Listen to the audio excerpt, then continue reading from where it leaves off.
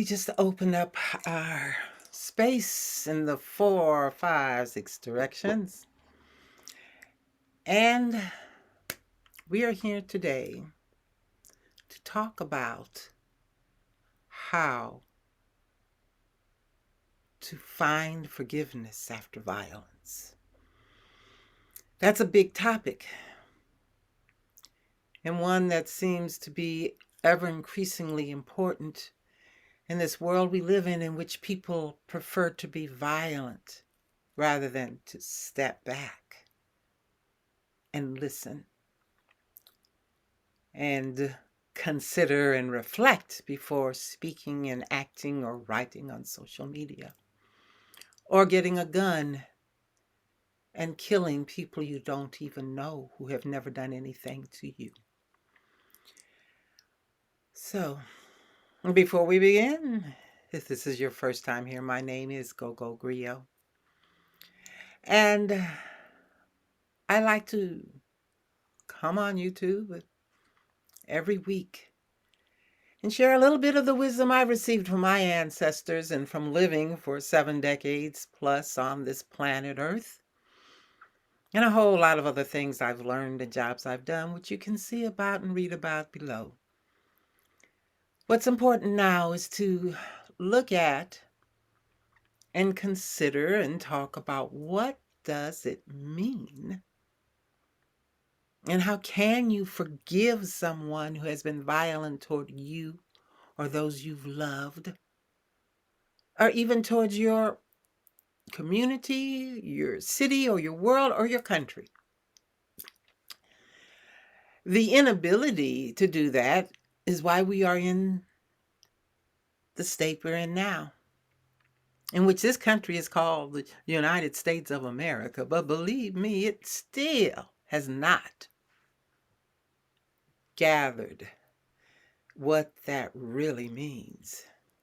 Because it seems like the only time this country comes together is when it's going off to war. And usually even then it's not together, which may be a good thing. So we're not here to talk about what has been or what has happened, but what may happen if violence comes into your life, as has happened to an over 200 times in the first 5 months of 2022 in the United States. Almost 200 mass shootings or mass murders, which is killing more than 4 people at one time.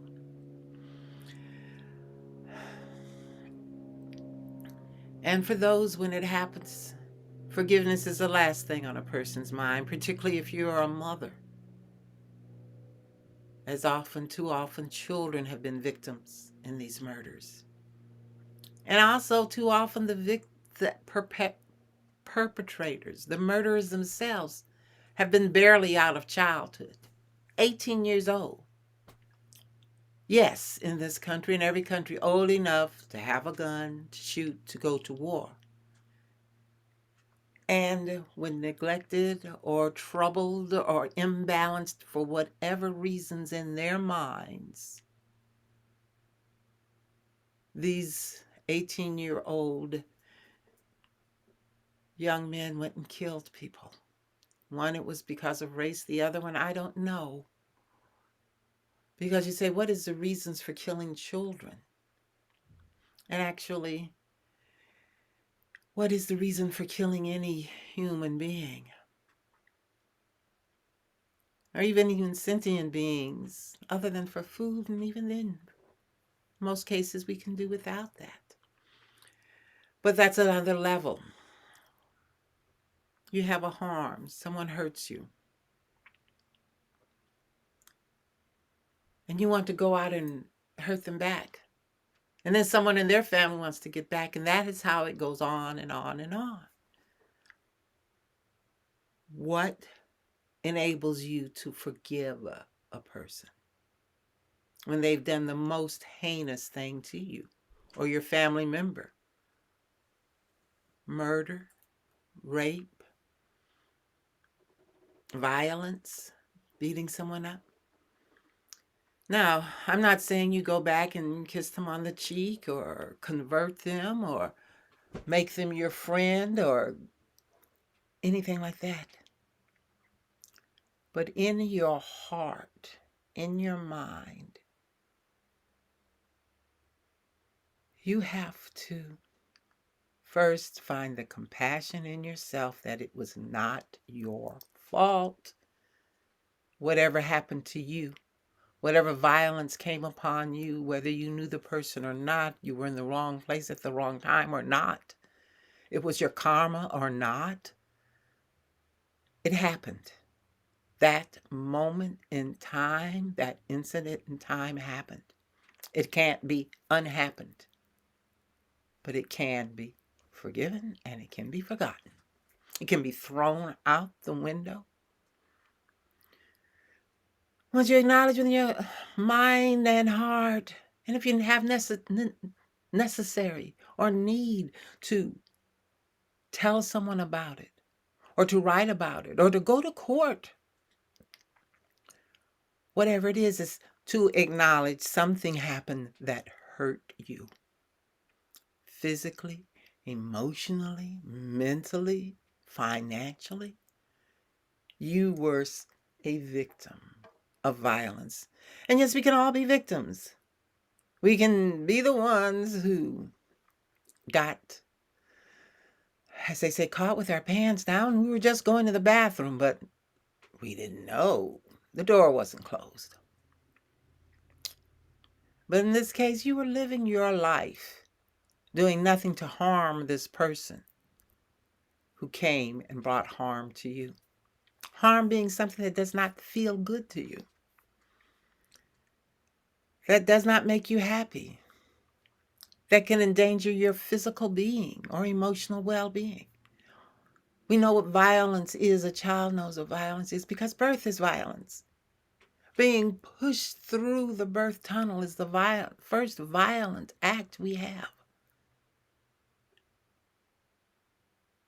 And there is no level of it that at some point it's a traumatic experience.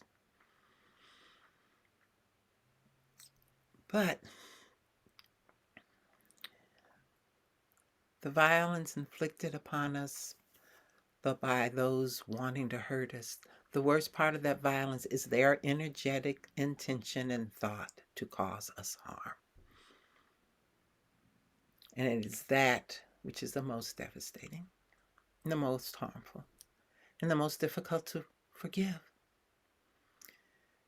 But we've had examples of this type of forgiveness from people like Gandhi and Martin Luther King, but even more recently, the family of the people in the church in North Carolina who did not seek the death penalty for the young white man who killed their family members. And that is the forgiveness we're talking about. And how do you get to that point of forgiving someone who has harmed you? You first have that forgiveness in yourself. The forgiveness of saying, oh Lord, I know I'm weak. And I know that without your strength, I could go and do the same thing. Now, out of vengeance, out of revenge, out of retribution. But we cannot do that. We must be the ones who move forward with forgiveness, with understanding that we are all human. And there is really, we don't know if there's a great design. There is actually one moment after the next moment after the next moment, ever changing, ever evolving, just as we and just as people. And we never know where we could be in that next moment. So we must forgive. Because we don't know what we've done, and we know we've done some things that have not been the kindest. And we've been forgiven or forgiven ourselves. And so now we forgive with compassion. The compassion is wanting to end the suffering of another. And those who commit violence are suffering the most,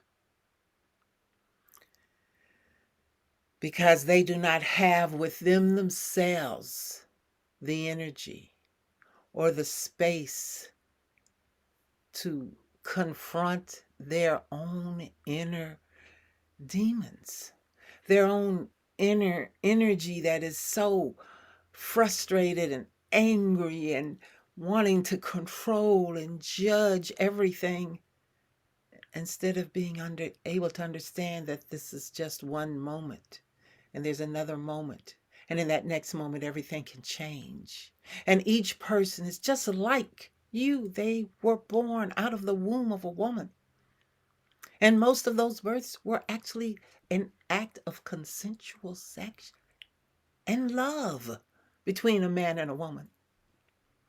Unfortunately, there's way too many that were not. And those relationships often contribute to people growing up feeling unloved and frustrated, and those people often end up reaching out in violence, or sometimes being the most gentle people. There are no real conclusions, no real classifications of how people will be. The only thing we know is that we all were born, we all suffer, we all experience at some point in our life some kind of violence. And we have the choice.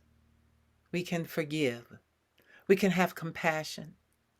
We can be generous, and we can be grateful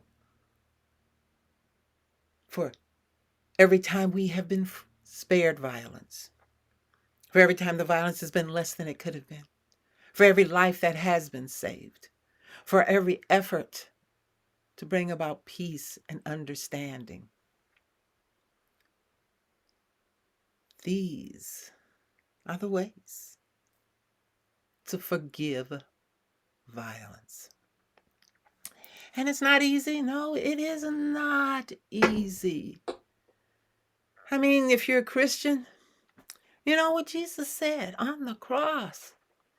But he did say, Father, forgive them. And it's really something we can say now, whether you're a Christian or not.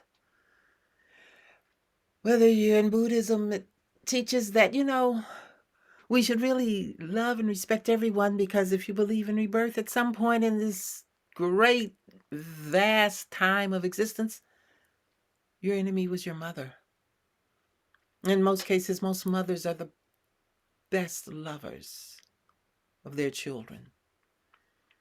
And a woman has to love a child for the pain she goes through in childbirth.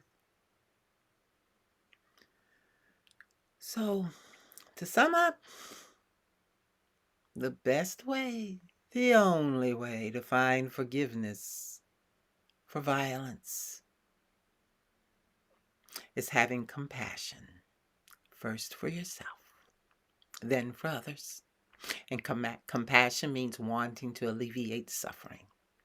You cannot alleviate your own suffering if you continue to carry thoughts of revenge or hatred. If you continue to carry the trauma within your mind and heart, it will fester and eventually turn into some kind of a sickness in body or spirit, or isolation or frustration. But forgiveness, compassion, they're like fragrant flowers. When you take them in, and when you can know to let go of those thorns and the hard roots of revenge and hatred, you can move forward. You have no debt to those you forgive. You just let go. They're forgiven. They're gone.